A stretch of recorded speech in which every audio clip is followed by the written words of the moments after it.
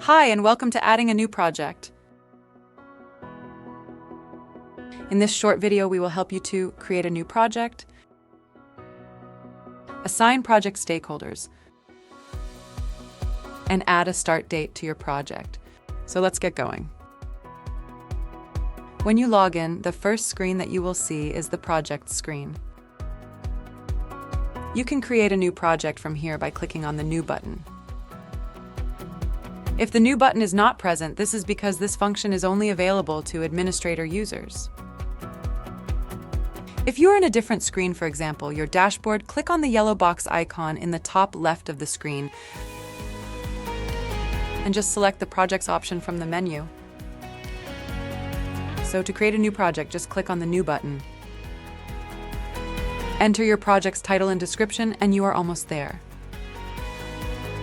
If you wish, you can assign your team members to the project by just checking the Create Stakeholder box. Also, if you wish to assign a project manager to the project, just check the Project Manager box. To add a start date to the project, just select a date from the calendar. Click the Save button and you are all done. You can now see that your project has been created, so you are ready to go.